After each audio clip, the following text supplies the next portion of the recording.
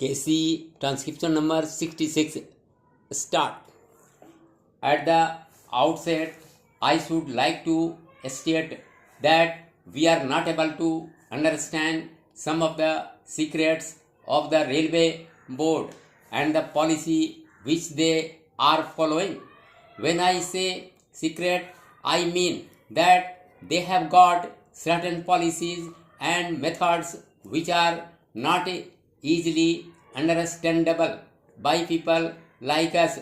There is no proper organization through which the ordinary railway laborers and their associations could represent their grievances.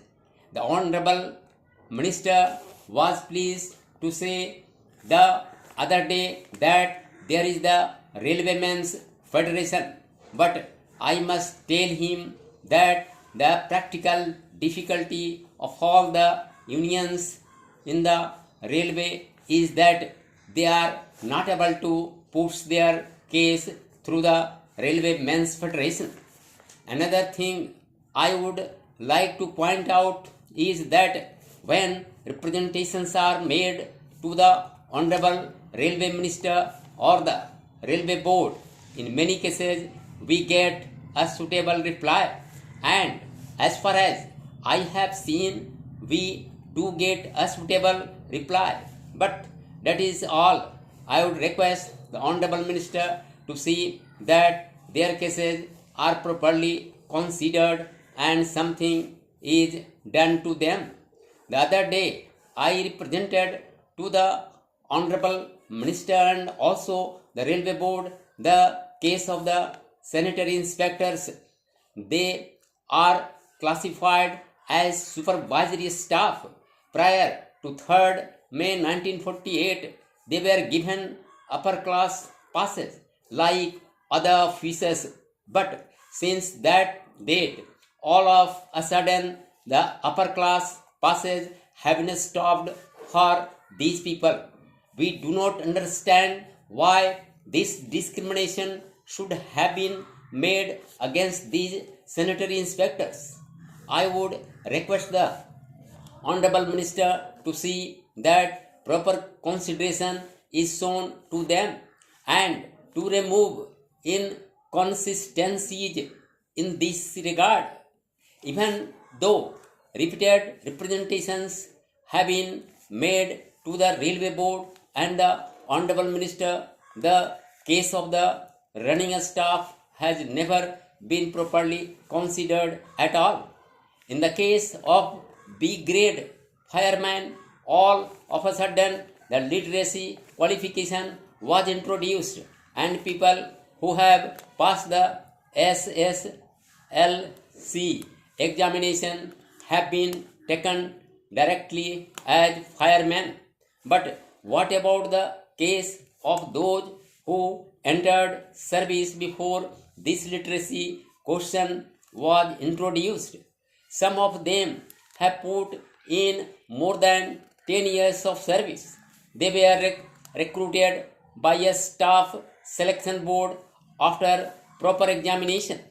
They were never required to pass the SSLC examination when they entered service.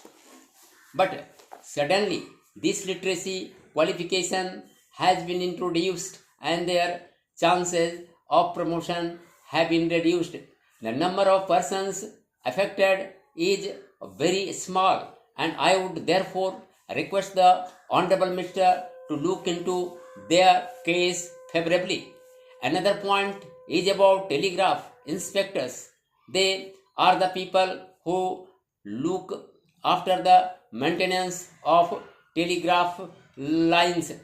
They have been recruited in the normal manner and they are the people who have put in service of more than 10 or 15 years. The question of wireless inspectors came in at the time of war. They are now classified along with the telegraph inspectors.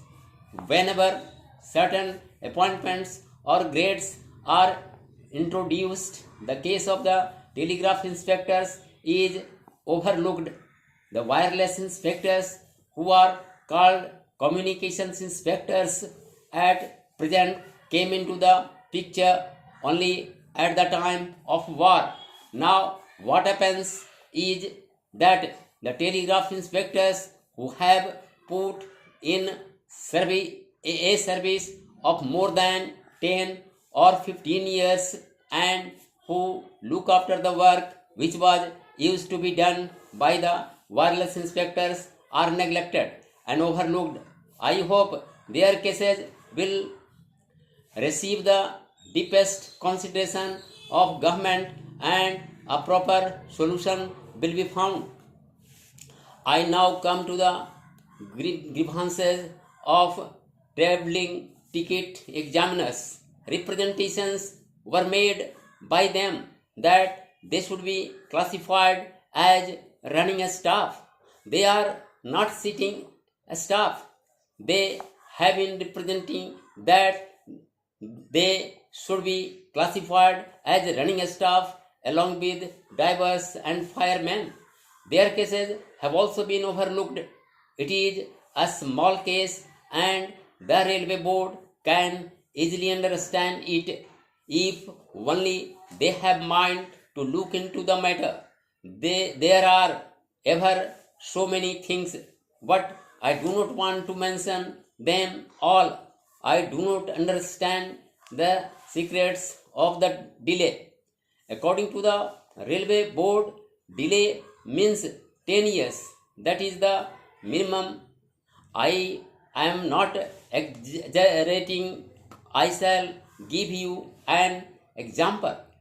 An estimate for constructing an overbridge was sanctioned 10 years ago. Nobody came there. I requested the Honorable Deputy Minister to visit that place. He was pleased to visit it. I must thank the Honorable Deputy Minister on behalf of my constituency. What happens is that we cannot be taking the Honorable Railway Minister or the Honorable Deputy Minister to each and every place where a work has to be executed. This is another point which I want the Railway Ministry as well as the Railway Board to bear in mind. People are nowadays afraid of traveling in aeroplanes, but I think that a reference to the volume of papers supplied to us will show that accidents to trains are increasing day by day.